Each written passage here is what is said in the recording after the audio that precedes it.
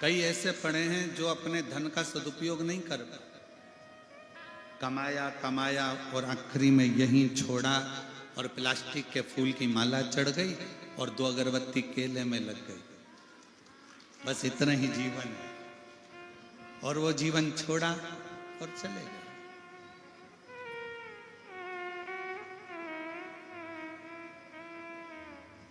जरूरी नहीं कि आप बहुत बड़ा भंडारा करोगे तो प्रसिद्ध हो,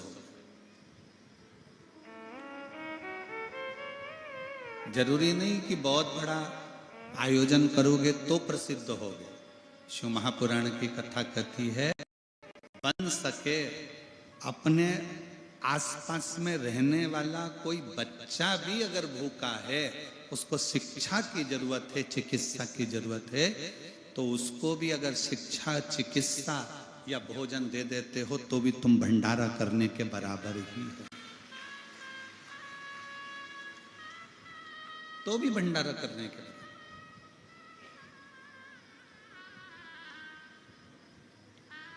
हमारी बिटले सेवा समिति कुबेरेश्वर धाम अन्न क्षेत्र तो चलाता है निशुल्क, जिसमें 25 से 50 हजार लोग रोज भोजन करते हैं। एम्बुलेंस भी चलाता है जिससे मरीज को उसके घर तक छोड़ा जाता है, चिकित्सा भी कराता है।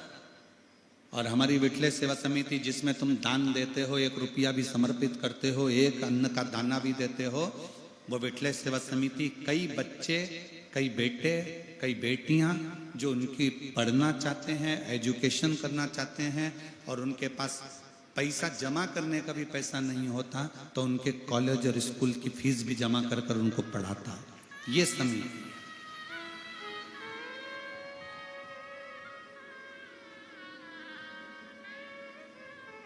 इसको प्रथमता कहता है।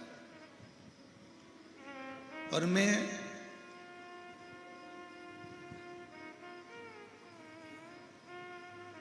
इस चीज के लिए मैं दिनेश साहू जी को भी मैं धन्यवाद दूंगा, कहीं बैठा है दिनेश जी, बहुत साधुता है आपको भी इस चीज के लिए। छत्तीसगढ़ में कोई बच्चे को पढ़ना रहता है या कोई पत्र सीहोर पहुंचता है तो हम दिनेश भाई को फोन कर देते हैं, दिनेश भैया जरा देखिएगा ये बच्चा है, इसका स्कूल का मालूम करो, इसके कॉलेज का मालूम करो, फिर ये सूचना करके सीहोर सूचना करते हैं, फिर वहां से सूचना प्राप्त होती है। और अब तो जैन साहब भी जुड़ गए हैं और हमको रोज गाड़ी में लेकर आते हैं ट्रेवल्स वाले, ट्रांसपोर्ट वाले, वो साहू जी भी जुड़े। ऐसे कई हैं। रायपुर में अग्रवाल हैं बसंत जी, वो जुड़े हुए हैं। ऐसे सब। एक हमारे कानपुर के लालू भाई सोनी जी हैं, एक बच्ची का फोन आया कि आश्रम पर की हमारी फीस होना है और ऐसा है, स्कूल से निकाल दिया गया है क्योंकि हमारे पास में हमारी माँ बीमार पड़ गई थी और उसका कोई पैसा नहीं जमा कर पाया। हम सोनी जी को फोन करे, सोनी जी अपने माध्यम से स्कूल में पता करे, बाद में हमारे। जरूरी नहीं कि आप बहुत बड़ा भंडारा करेंगे तो आपकी प्रसिद्धि रहेगी।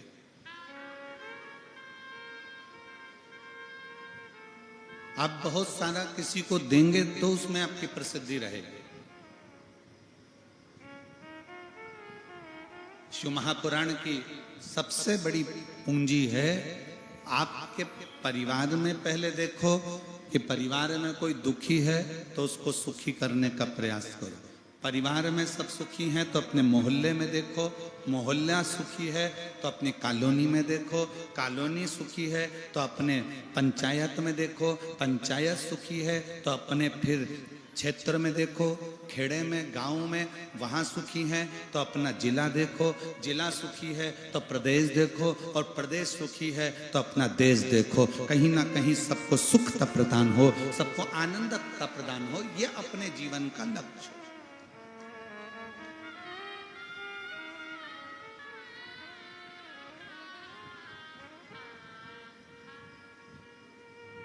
और जिंदगी मिली है जीवन मिला है। ये मनुष्य की जो देह है, मानव का जो शरीर है, ये मानव का शरीर कोई साधारण शरीर नहीं है, बड़ा मुश्किल से मिला। ना जाने कितने कितने पापड़ बेले होंगे ऊपर जाके, तब जाकर ये मानव का शरीर मिला।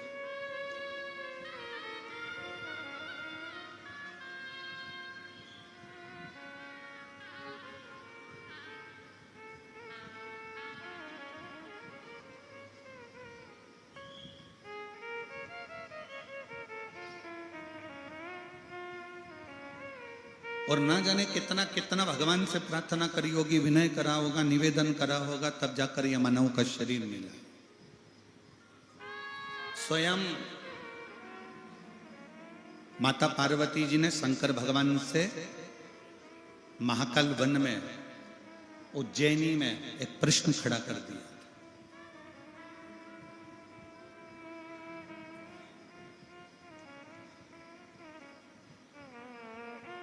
मां जगत जननी जगदम्बा ने महाकाल वन में उज्जैनी में एक प्रश्न खड़ा कर दिया था पार्वती जी ने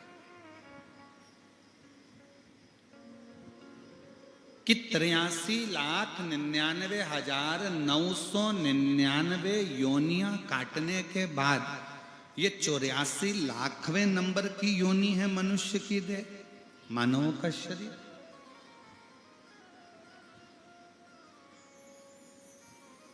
और 83,99,999 योनियां काटने के बाद जो ये मानव की योनि मिली है, मनुष्य शरीर मिला है, मानव की देह मिली है, ये मानव की देह क्या पूर्व के कर्म के अनुसार मिली है? भगवान ओघड़दानी मेरे काल अधिपति महाकाल राजा ने कहा, सुनो पार्वती, ऐ पार्वती सुनो, पूर्व के कर्म भोगते भोगते भोगते भोगते मनुष्य मानव की देह तक आता है, पर मनुष्य देह प्राप्त होने के बाद उसको आगे क्या करना है, ये उसका खुद का प्रारब्ध कह जाता है। स्वतः स्वयं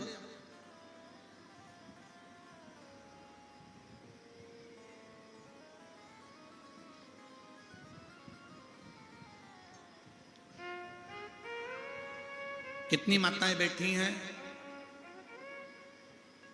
जो शंकर जी के मंदिर में एक लोटा जल चढ़ाती हैं?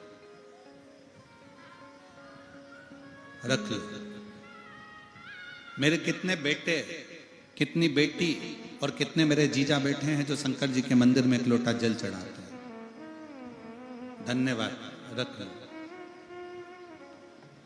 आपको मालूम है कि शिव के मंदिर में जब तुम जल चढ़ाने के लिए जाते हो, अपने घर का एक लोटा भरकर शंकर जी के मंदिर तक लेकर जाते हो, उस बीच में तुम कितनों का कल्याण कर देते?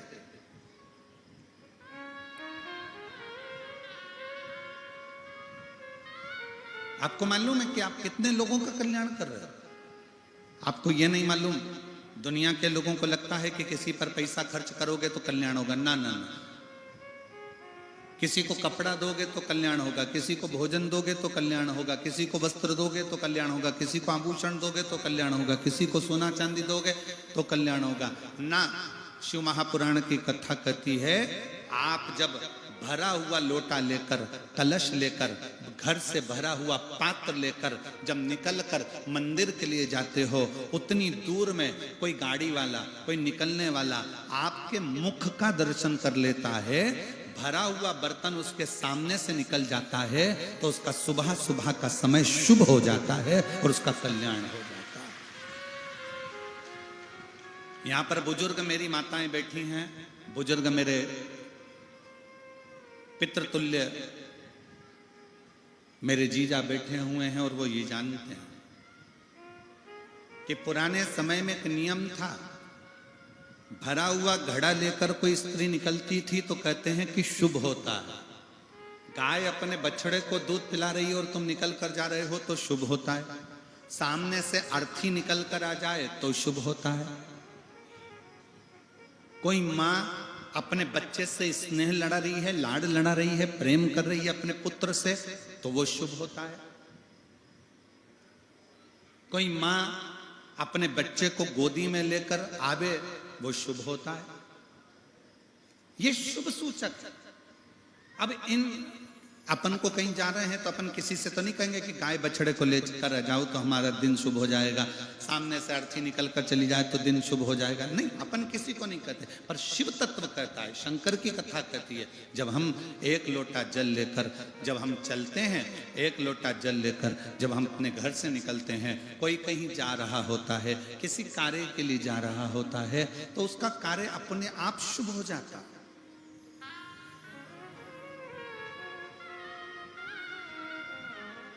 एक बहन ने एक पत्र लिखा,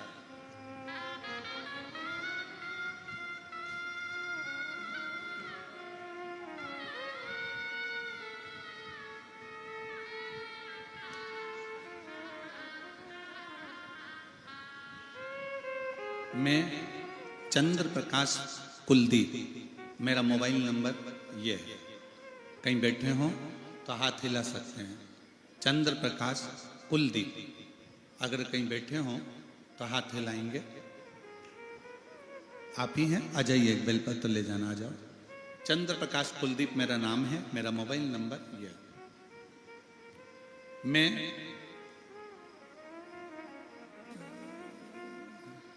ग्राम फरस गांव, ठीक बोला है? ठीक है, फरस गांव, कोरपलेटा, जिला कोंडगांव है, कोंडागांव, ठीक है, जिला कोंडागांव का निवासी हूं। मैं बाबा का क्या वर्णन करूं, शब्द से परे है। बेरियों ने मुझ पर झूठा आरोप लगाया था, जिसका प्रकरण कोर्ट में 5 साल से भी अधिक समय तक चलता रहा। उसी बीच में जीवन में इतना दुख आया कि भगवान पर से भरोसा उठने लगा। मेरे भगवान पर से भरोसा उठ गया। भजन पूजन तो करते, पर विश्वास कम हो गया। साथ ही कमर में 3 गठाने हो गई। उठने बैठने चलने में भी परेशानी होती थी, पर फिर भी जबरन चला करता था। जगदलपुर डॉक्टर को बोले कि सिकाई कीमो देना पड़ेगा, कमर बेल्ट बांधो, सब दवाई दिए, पर कोई भी आराम नहीं हुआ। आस्था चैनल में आपकी कथा सुनी और फिर लगातार सुनता शुरू किया और शिवजी से प्रार्थना कर जल अर्पण कर जल को पीने लगा तथा थोड़ा जल शिवजी के पास का ही लेकर तेल में मिलाकर गठान में मालिश जैसा खुद करने लगा। 20 दिन के अंदर बाबा भरोसा अब जागा। 20 दिन के अंदर तीनों गठाने घुल गईं। डॉक्टर को दिखाया तो बताया कि गांठ गल चुकी है। अब शिव शिव है। जो केस चल रहा था बाबा के भरोसे पर छोड़ा और बाबा जी ने 27 दिन के अंदर उस केस में भी मुझे निराकरण कर दिया और मेरे पक्ष में। मैं गुरुजी एक बात कहना चाहता हूं, शिव महापुराण का पंडाल, शिव महापुराण की कथा कोई साधारण नहीं है। ये स्वयं शंकर करते हैं और शंकर ही पूर्ण करते हैं। ये शिव है, ये शिव का एक भरोसा, एक विश्वास, एक दृढ़ता।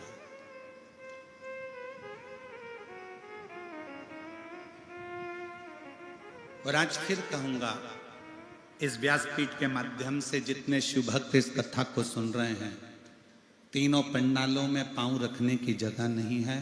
पीछे के टेंट, साइड के टेंट जितने लगाए गए हैं यजमान ने, सब भरे पड़े हुए हैं और कई लोग बाहर धूप में भी खड़े हुए हैं। कई लोग। आज इस व्यासपीठ के माध्यम से फिर कहूंगा कि आप शंकर जी की कथा को 7 दिन तक लगातार दिल से सुन रहे हो तो ये मान कर चलना कि मेरा भोले बाबा भी 3 महीने में तुम्हारी गोदी झोली जरूर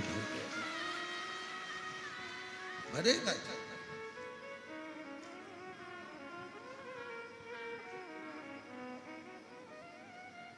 और विश्वास, भरोसा, जब एक विश्वास दृढ़ होता है, भरोसा दृढ़ होता है तो शिव को मिलने में देरी नहीं लगती, शंकर को मिलने में देरी नहीं लगी। और हम कहेंगे ये कथा तो, कल कथा का कौन सा दिन है? छठा। छठा मतलब कथा की जम के बोलो जरा, शिवरात्रि। और कल कथा का समय यही 2 बजे से 5 बजे तक रहेगा, पर परसों जब कथा विराम होगी तो समय सुबह 8 बजे से 11 बजे तक रहे।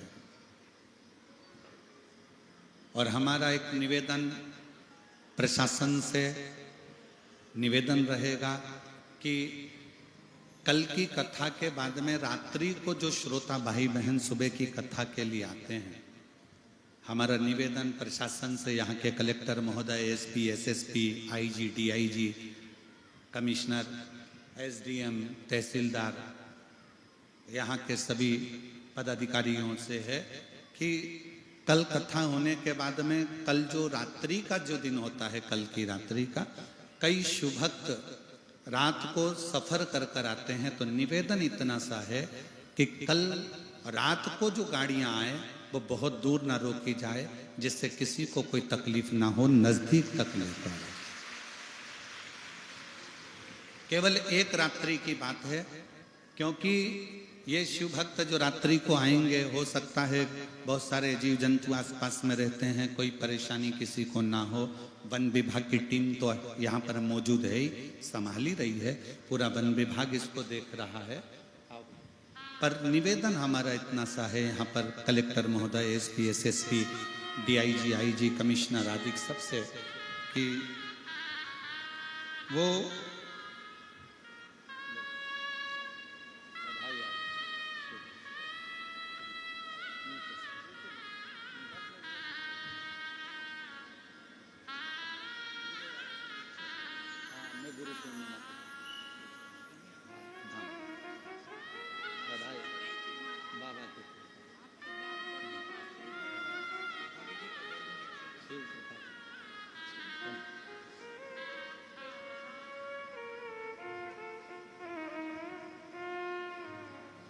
डॉक्टरों ने ना जाने कौन कौन सी बीमारी इस बेटे को बता दी थी, सिकाई तक का बोल दिया था इस बेटे को, पर दूसरी जब जांच कराई गई तो पूरी गठाने इस बच्चे की गल गई। एक बार जोरदार ताली बजाएं इस बेटे की। तो मेरा निवेदन यहाँ के कलेक्टर महोदय, एसपी, आईजी, डीआईजी, एसडीएम आदि से कि एक दिन, वैसे आप लोगों ने बहुत सुंदर व्यवस्था यहाँ के प्रशासन ने संभाली है, एक बार प्रशासन के लिए जोरदार ताली बजाए, बहुत बहुत सारा। तो निवेदन कि कल का रात्रि के जो भक्त आने वाले हैं, उन भक्तों को नजदीकता तक गाड़ियां आए और उनको कोई परेशानी ना हो, जिससे सुबह 8 बजे से 11 बजे तक परसों की कथा होकर सब अपने अपने गंतव्य की ओर चले। शिव तत्व। और दिल से सुनो, ये कथा तो 7 तारीख को विराम हो जाएगी, 10 तारीख से 16 तारीख तक त्रिवेणी संगम, गंगा यमुना सरस्वती का मिलन स्थल, सेक्टर नंबर 21, पीपा पुल नंबर 1 और त्रिवेणी के ही तट पर, जैसे ये पहाड़ दिख रहा है, जहां कथा होगी वैसे ही त्रिवेणी बाजू में से बह रही होगी, और वहीं पर विशाल पंडाल लगकर 10 तारीख से 16 तारीख तक प्रयाग मेले में, कुंभ के मेले में, जो 144 वर्ष बाद पड़ा है, ऐसे कुंभ के साक्षी बनो और सब आओ और ऐसे ही पंडाल में बैठकर शिव महापुराण की कथा श्रवण कर अपने जीवन को धन्य बनाओ। बाद में मौका नहीं मिलेगा, 144 साल बाद जब वापिस ये महाकुंभ आएगा तब आप और हम नहीं रहेंगे, पर वो 144 साल जब कुंभ आएगा तो आपके और हमारे घर के लोग कहेंगे कि त्रिवेणी के तट पर बैठकर शिव पुराण की कथा प्रयाग में श्रवण करी थी। हमारे दादा ने, परदादा ने, हमारे पिता ने, हमारी माता ने, हमारे घर के लोगों ने वहां जाकर कुंभ के मेले में त्रिवेणी के तट पर दोपहर में 1 बजे से 4 बजे तक बैठकर कथा का लाभ लिया था। सुनो, और पूरे कानपुर वालों से, लखनऊ वालों से, प्रयागराज वासियों से और आसपास के जितने भी उत्तर प्रदेश वासी, उनसे भी निवेदन है, ये मौका बार बार नहीं मिलेगा। आओ और शिव महापुराण की कथा त्रिवेणी के संगम पर 7 दिन सुनकर अपने जीवन को धन्य बनाओ। सार्थ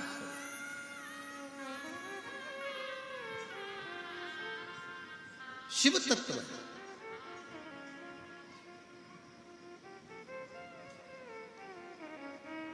पार्वती जी शिव जी से कहती हैं कि मनुष्य देह मिली, मानव का शरीर मिला, और ये मानव का शरीर जीव के कल्याण। तो कई लोग कहते हैं कि हम किसी का क्या भला कर सकते हैं। आप 1 लोटा जल अगर मंदिर में चढ़ाने के लिए जा रहे हो, 1 लोटा जल लेकर शंकर के मंदिर जा रहे हो, तो ये मान कर चलो कि तुमको जो देख रहा है, लोटा भरकर जब मंदिर तक जाओगे, मंदिर से वापस आओगे, जितने लोग आपका दर्शन करेंगे उनका मंगल कार्य अपने आप होगा, उनके कार्य में सफलता अपने आप मिलती चली जाएगी। शिव महापुराण की विद्येश्वर संहिता कहती है, शिव महापुराण की विद्येश्वर संहिता कहती है कि श्री शिवाय नमस्तुभ्यम, बोलने वाले का मात्र मुख का दर्शन करते हैं तो हमारे सारे पाप समाप्त हो जाते हैं, हजारों अश्वमेध यज्ञ का फल प्राप्त हो जाता है। तो जरा विचार करो, जो लोटा भरकर जल चढ़ाने जा रहा होगा, लोटा भरकर जो पानी लेकर शिव मंदिर के लिए जा रहा होगा, दिल से श्री शिवाय नमस्तुभ्यम बोलता बोलता जा रहा होगा, वो ना जाने कितने कितने जीवों का कल्याण करता जा रहा होगा। कितने जीवों का कल्याण। एक पत्र है,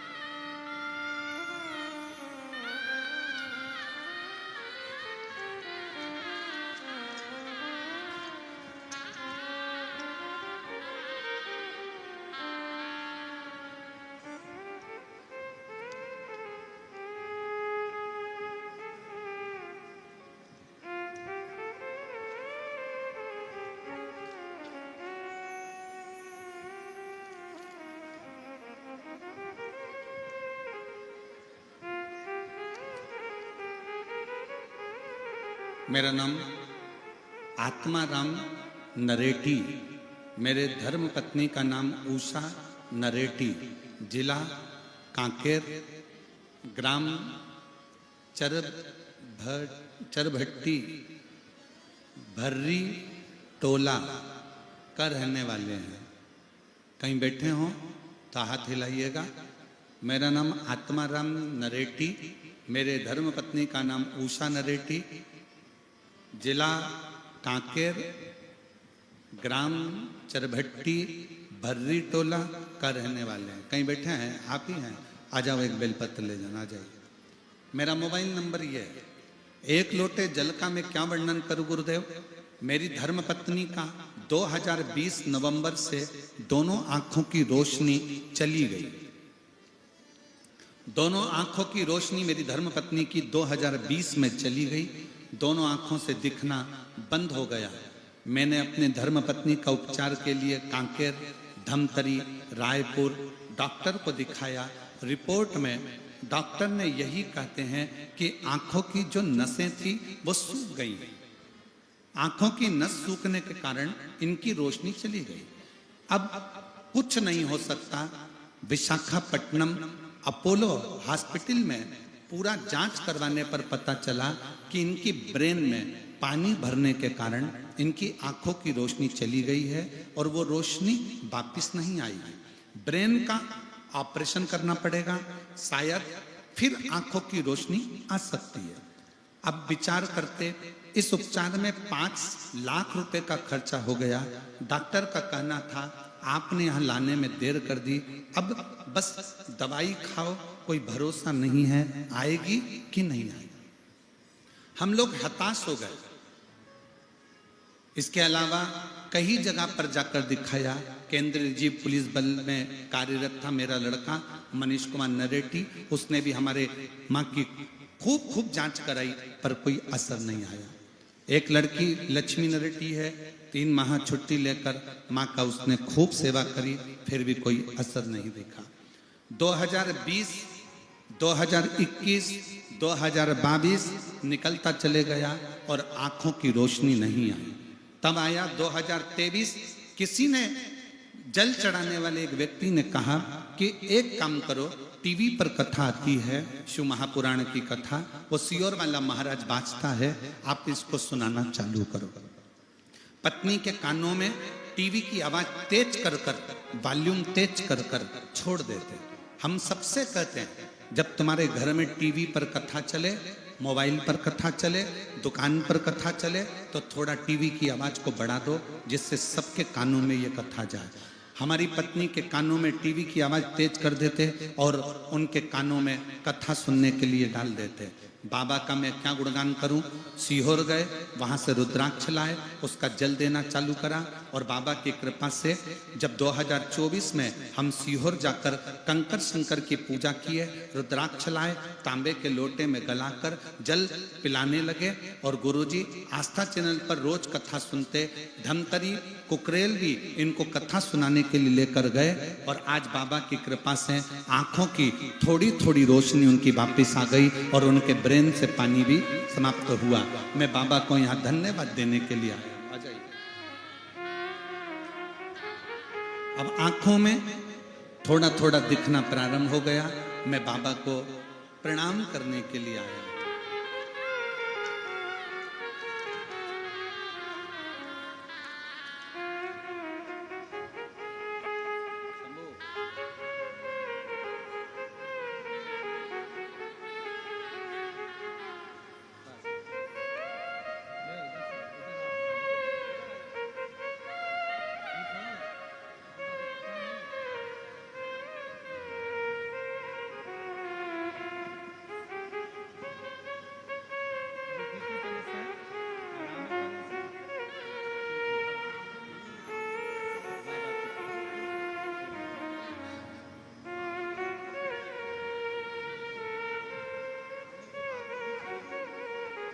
भैया कह रहे हैं आप पुलिस में, सीआरपीएफ में मेरी नौकरी थी।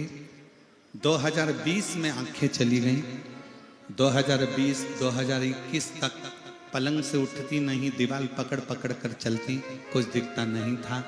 2024 में शिव की कृपा से 2 पंडाल में कथा सुनवाई और बाबा के धाम कुबरेश्वर दादा के धाम जाकर कंकर शंकर की पूजन करी। अब आंखों में रोशनी वापिस आई है, थोड़ा थोड़ा दिखना प्रारंभ हुआ और अब टीवी भी देख लेती हैं, लोगों को समझ भी लेती हैं, दूर से चेहरा भी थोड़ा समझ में आ जाता है और थोड़ा थोड़ा दिखना प्रारंभ हो गया। एक बार जोरदार ताली बजा।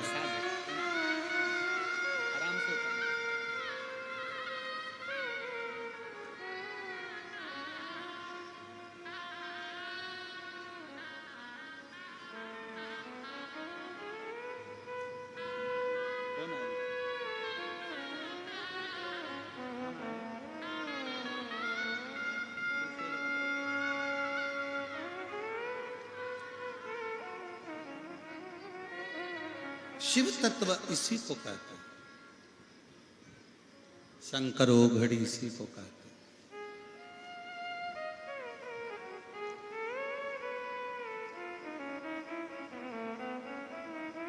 और जब आपका विश्वास, जब आपका भरोसा दृढ़ होता है,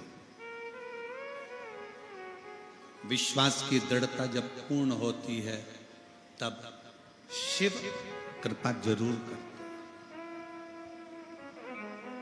भैया कह रहे थे अभियान की मैं पुलिस में नौकरी करा हूं, पर हम लोग भी इतना विश्वास नहीं कर पाते थे। पर हमें क्या पता था कि शिव महापुराण का पंडाल शिव महापुराण की कथा क्या व्यक्ति को रोग से मुक्त कर सकती है? देखिए, डॉक्टर शंकर का एक रूप होता है। हम हमें कह रहे हैं, भगवान शंकर का संवाद कर रहे हैं, शिव महापुराण की कथा कर रहे हैं, शिव तत्व कर रहे हैं।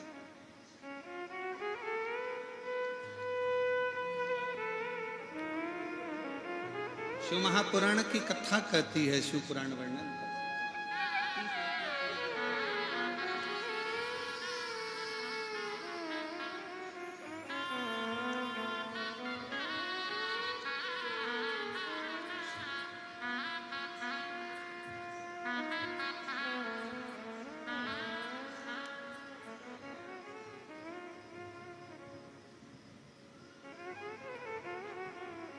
ये मनुष्य का जो देह है, मानव का जो शरीर है, एक लोटा जो जल है, वो कहीं ना कहीं किसी ना किसी रूप में सबका हित कर रहा है। आप किस भरोसे पर,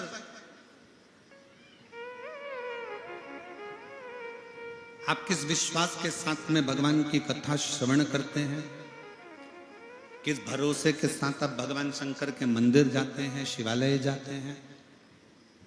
कितना सुंदर प्रसंग है कि कामदेव, कोई कहता है कि शंकर भगवान ने कामदेव को जलाकर भस्म कर दिया, पर विचार तो करो कि जिस समय पर शंकर भगवान की समाधि तोड़ने का समय आया, तारकासुर ने उपद्रव मचाया, और तारकासुर उपद्रव करते हैं और कामदेव समाधि तोड़ने के लिए जब नाम लिया गया कि समाधि कौन तोड़ेगा, ये समाधि तोड़े तो तोड़े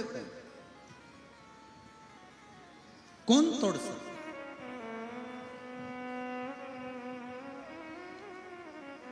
इंद्र से कहा, आप क्या शंकर जी की समाधि तोड़ सकते हो? इंद्र ने कहा ना। भगवान नारायण से पूछा गया, क्या आप शिव जी की समाधि को तोड़ सकते हो? नहीं। ब्रह्मा जी से कहा गया, आप शंकर जी की समाधि तोड़ सकते हो? नहीं।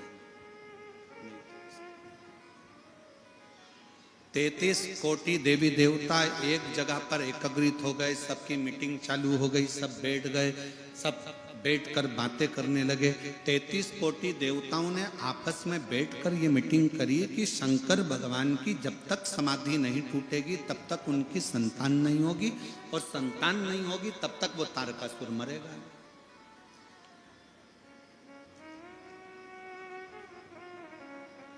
तारकासुर को मारने के लिए शंकर भगवान की समाधि को तोड़ना जरूरी है, पर तोड़ेगा कौन? देवताओं ने मना कर दिया कि हम नहीं तोड़ सकते, हमारी सामर्थ्यता नहीं, हम नहीं तोड़ सकते। ये हमारी सामर्थ्यता नहीं कि हम समाधि को तोड़ दें। सारी सभाओं में रति के पति कामदेव बैठे हुए थे, सारी सभा में रति के पति कामदेव बैठे हुए थे, और रति के पति कामदेव हंसकर मुस्कुराकर बोले, केवल शंकर भगवान की समाधि तोड़ना, केवल शिव की समाधि?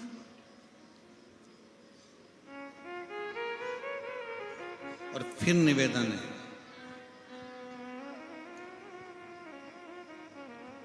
जो नजदीक में होता है ना, वो परख नहीं कर पाता। जो नजदीक में होता है ना, वो परख नहीं कर पाता।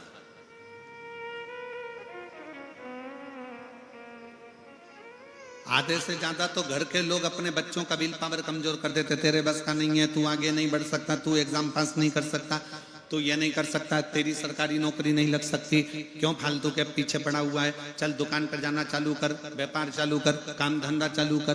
बल्कि अपने घर के बच्चों का विल पावर मजबूत करिए और अपने घर के बच्चों से कहो, भले जंगल में रहते हैं, भले अपन कहीं पर भी निवास कर रहे हों, भले अपना कामकाज ज्यादा नहीं है, पर मुझे विश्वास है बेटा, तू एक ना एक दिन नाम रोशन जरूर करेगा, कर मेहनत, अपनी लगन से काम।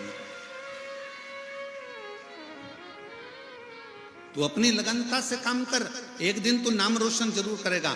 तो ये निश्चित है, आपका दिया गया संस्कार, आपका करी हुई मेहनत और आपका किया गया वचन, आपके बच्चों को जब आप बल दोगे तो एक दिन अच्छा काम करेगा, तू एक दिन अच्छा कर सकता है, तुझ में वो बल है तो सब कुछ कर सकता है। तू डॉक्टर भी बन सकता है तो तू इंजीनियर भी बन सकता है, तू कलेक्टर भी बन सकता है तो एसपी भी बन सकता है। तुझ में वो बल है, कर मेहनत, पढ़ाई कर, मेहनत को 4 गुना बढ़ा, अच्छा काम कर, देख फिर तू एक ऊंचे सिंहासन पर बैठेगा। जब हम अपने बच्चों को बल देते हैं, अपने बच्चों को आगे बढ़ाने की सक्षमता प्रदान करते हैं, तो एक दिन उस घर का बच्चा अपना नाम रोशन जरूर करता है, जरूर करता। अब पहले से ही आपने विचार कर लिया तेरे बस का एक कौड़िया मैं कर चुकी हूं। ग्राम कोकपुर की कथा तीसरी बार यहां पर कथा सुनने के लिए 7 दिन में आज तीसरी बार कथा सुनने के लिए आई हूं। गुरुजी, मेरा पुत्र अमितेश कुमार सोनबोई पढ़ाई के बाद नौकरी हेतु बहुत प्रयास कर रहा था, पर अच्छी मेहनत के बाद भी बहुत कम अंकों से चूक रहा था। इसी बीच मेरी ननंद एवं नंदोई द्वारा मुझे सलाह दिया गया कि मेहनत के साथ साथ पंडित प्रदीप मिश्रा जी द्वारा बताए अनुसार शिव मंदिर में जाकर शिवलिंग पर 1 लोटा जल चढ़ाया कर। मेरा पुत्र बहुत पहले से ही शिव मंदिर जाता था, पर जल चढ़ाने का तरीका, शिव को रिझाने का तरीका हमको नहीं आता था। मेरे बेटे को मैंने कहा तू हिम्मत मत हारना, चौगनी मेहनत कर और अब की बार बेलपत्री पर शहद लगाकर एग्जाम देने जा। मैं बाबा को धन्यवाद देने के लिए आई हूँ।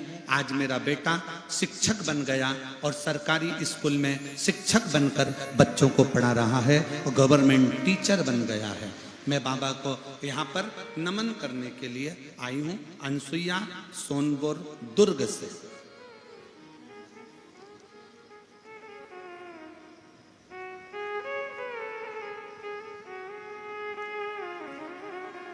शिव तत्व किसको कहते हैं?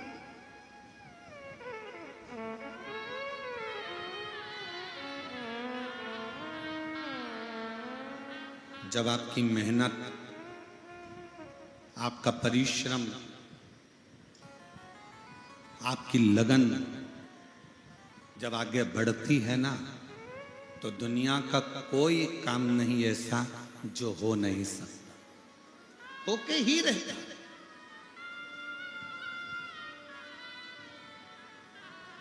अब व्यक्ति पहले से ही सोच ले मेरे बस का है ही नहीं, मेरे बस का है ही नहीं, मेरे बस का है ही नहीं। शिव महापुराण की कथा सुनने के लिए आए, एक बात बहुत अच्छे से याद करना, बहुत ध्यान देना। भारत की भूमि के, विश्व के जितने डॉक्टर हैं वो शंकर का एक रूप है। शरीर में रोग आया, बीमारी आई, तकलीफ आई, सबसे पहले अपने प्राथमिक उपचार केंद्र में जाओ, डॉक्टर को दिखाओ, नजदीकी डॉक्टर को दिखाओ, हॉस्पिटल में जाकर जांच कराओ, हॉस्पिटल में जांच करवाइए, डॉक्टर को दिखाइए।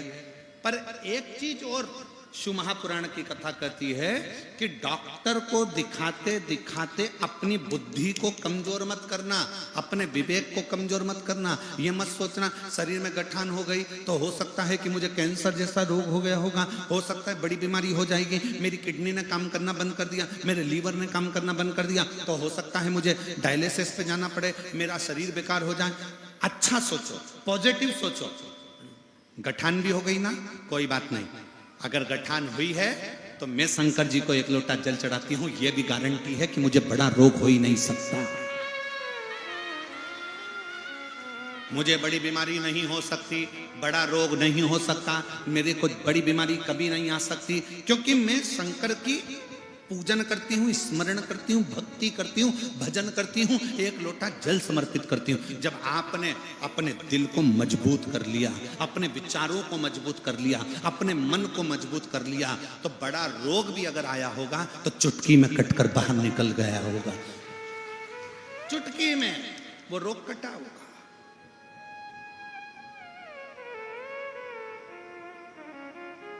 कल एक पत्र पढ़ा था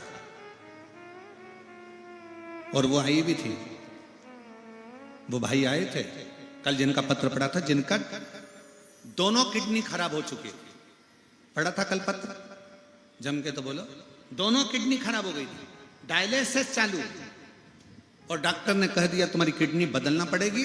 डायलिसिस पे आ गए, तब वो किडनी ने काम करना बंद कर दिया। तब उसने कथा सुनना चालू करी और उसने विचार कर लिया कि मेरी किडनी चालू है, मेरी किडनी चालू है, मैं खाऊंगा पीऊंगा, मेरी किडनी चालू है, मेरी किडनी चालू है। और बाबा ने ऐसा कर दिया कि उसकी किडनी चालू हो ही गई। अपने भीतर का विश्वास, अपने भीतर का बल अपन को प्रबल बनाता है। और उसी में आज एक पत्र आया है लीवर का। एक व्यक्ति के दोनों उसके जो लीवर थे, वो लीवर ने काम करना ही बंद कर दिया। देखिए कि कैसी है। हमने भी फोटो देखकर कह दिया अम्मा अभी नहीं बोली है, जब आएगी तब बोलेगी, और वो बोलेगी तो तू डोलेगी। ये पक्का।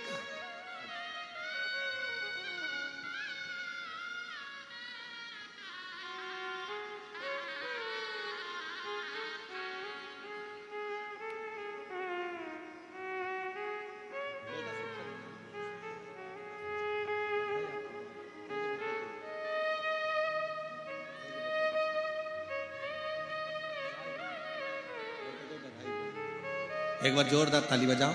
बेटा शिक्षक बना है और माँ ने अपने बेटे से कह दिया था तू चिंता मत कर, अपनी मेहनत को 4 गुना कर। वो सीवर वाला महाराज कहता है अपनी पढ़ाई को 4 गुना बढ़ाओ, अपने कर्म को 4 गुना बढ़ाओ, अपनी मेहनत 4 गुना बढ़ाओ, फल जरूर मिले। और मिला। आप किसी में अच्छा देखिए,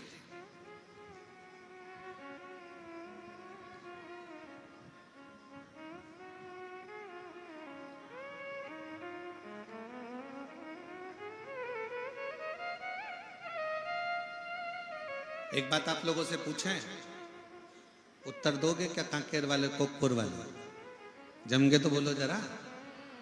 ठीक है।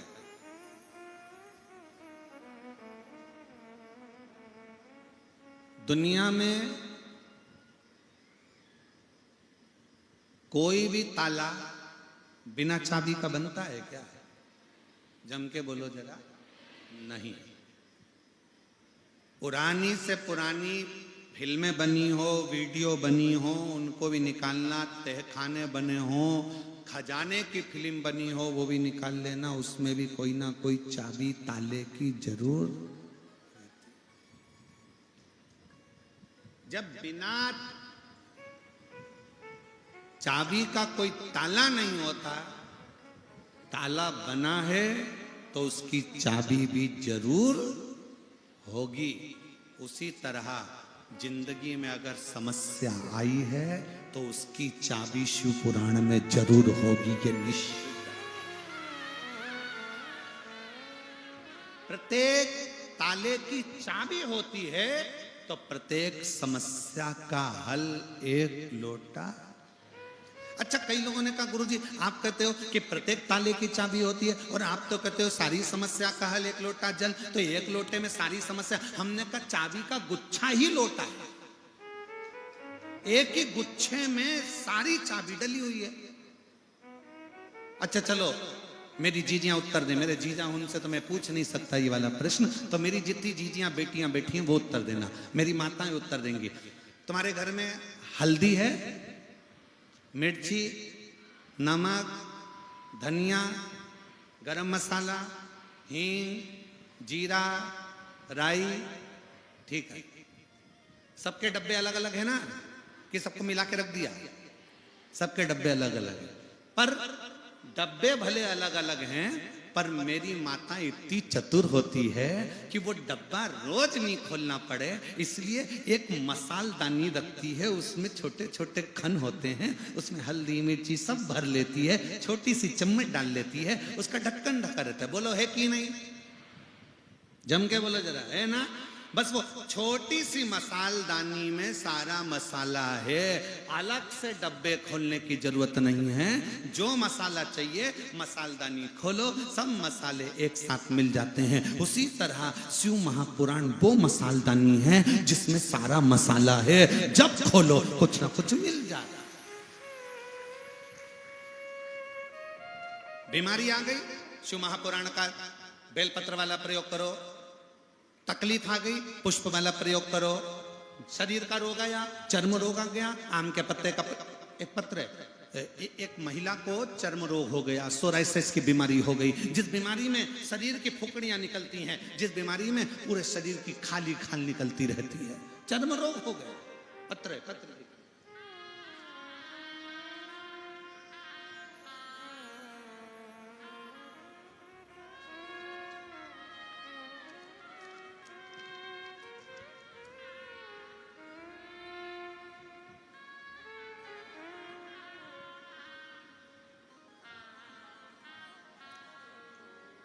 तेश्वर कुमार जैन, अलबेला पारा, अलबेला पारा, कांकेर, मोबाइल नंबर ये है। कहीं बैठे हो तो हाथ हिला सकते हैं, आप ही हैं, आ जाओ एक बेलपत्र ले जाना। गुरुदेव, एक लोटे जल का मैं क्या वर्णन करूं। 1993 में भारतीय सेना में मैं नौकरी में लग गया। 5 साल बाद 1998 से मेरे शरीर में सोराइसिस की बीमारी हो गई। कौन से वर्ष में हुई? 1900, पढ़ के बताओ जल्दी से, 1998। अभी क्या चल रहा है? 2025। 1998 में मैं ताली बजाकर साधुता दीदी के लिए।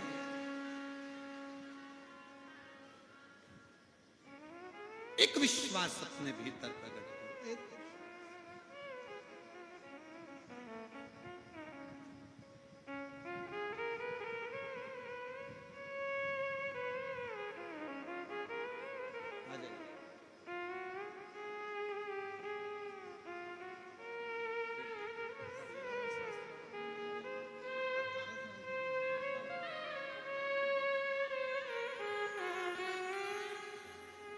सोराइसिस का बीमारी हो गया था सन 98 से, और सालों साल वो बीमारी रही। डॉक्टर एक ही बात कहते थे कि ये बीमारी कभी नहीं जाती है।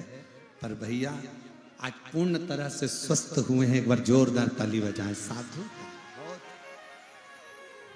शिव तत्व शंकर, काल के पंजे से है मां बचाओ।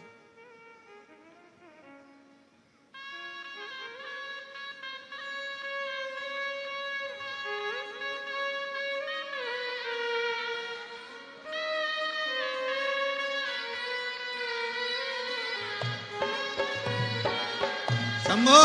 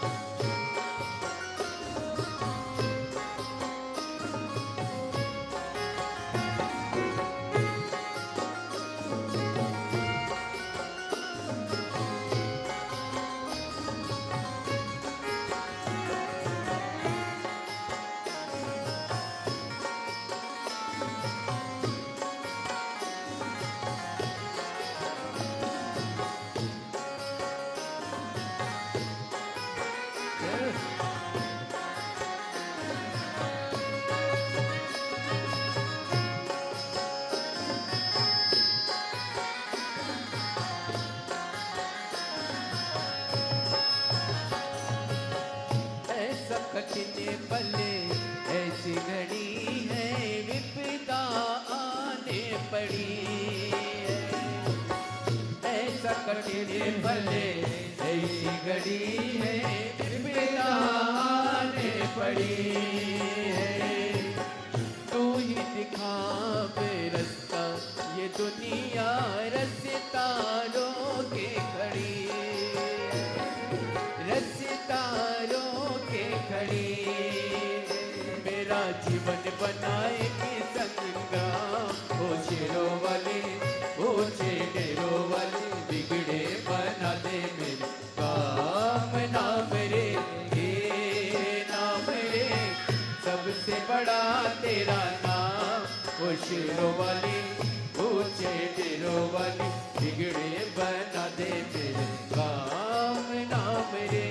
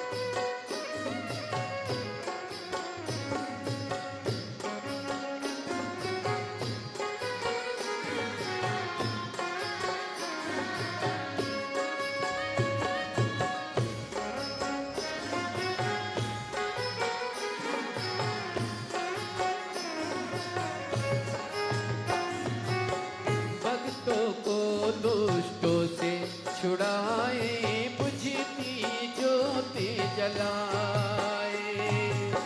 भक्तों को दुष्टों से छुड़ाए बुझती ज्योति जलाए। जिसका नहीं है कोई जगत में तो उसी की बन जाए। तीनों लोग करे तो है प्रणाम ओ शेरों वाले ऊंचे डेरों वाले बिगड़े बना दे मेरे काम ना मेरे हे ना मेरे। सबसे बड़ा तेरा नाम ओ शेरों वाले ऊंचे डेरों वाले बिगड़े बना दे मेरे काम ना मेरे।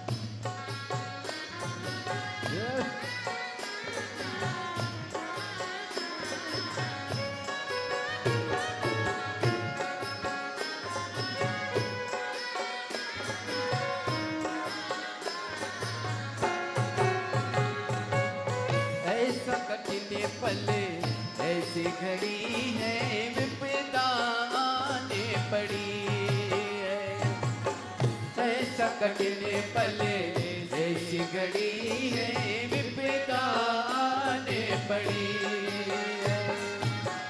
तू ही दिखा दे रास्ता, ये दुनिया रास्ता रोके खड़ी है।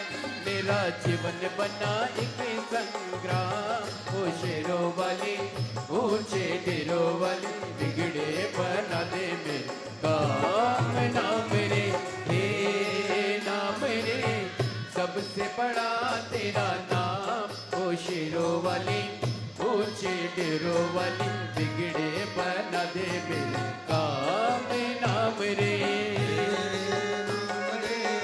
सबसे बड़ा तेरा नाम। ओ शेरों वाली ऊंचे डेरों वाली, बिगड़े बना दे मेरे काम ना मेरे, हे नाम मेरे सबसे बड़ा तेरा नाम। ओ शेरों वाली ऊंचे डेरों वाली, बिगड़े बना दे मेरे काम ना मेरे, हे नाम मेरे सबसे बड़ा तेरा नाम। ओ शेरों वाली ऊंचे डेरों वाली, बिगड़े बना दे मेरे काम।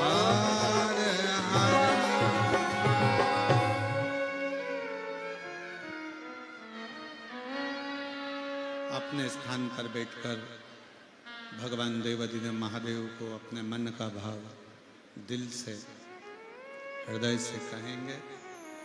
जहाँ जगह मिले वहाँ बैठें और हृदय से बाबा को प्रार्थना करिए, निवेदन करिए, दिल से विनय करिए।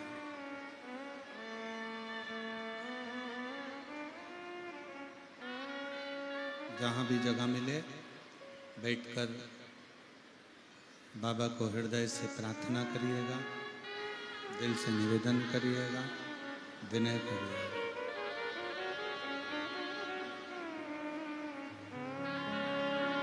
सभी लोग साथ में बोलेंगे, साथ में प्रार्थना करेंगे।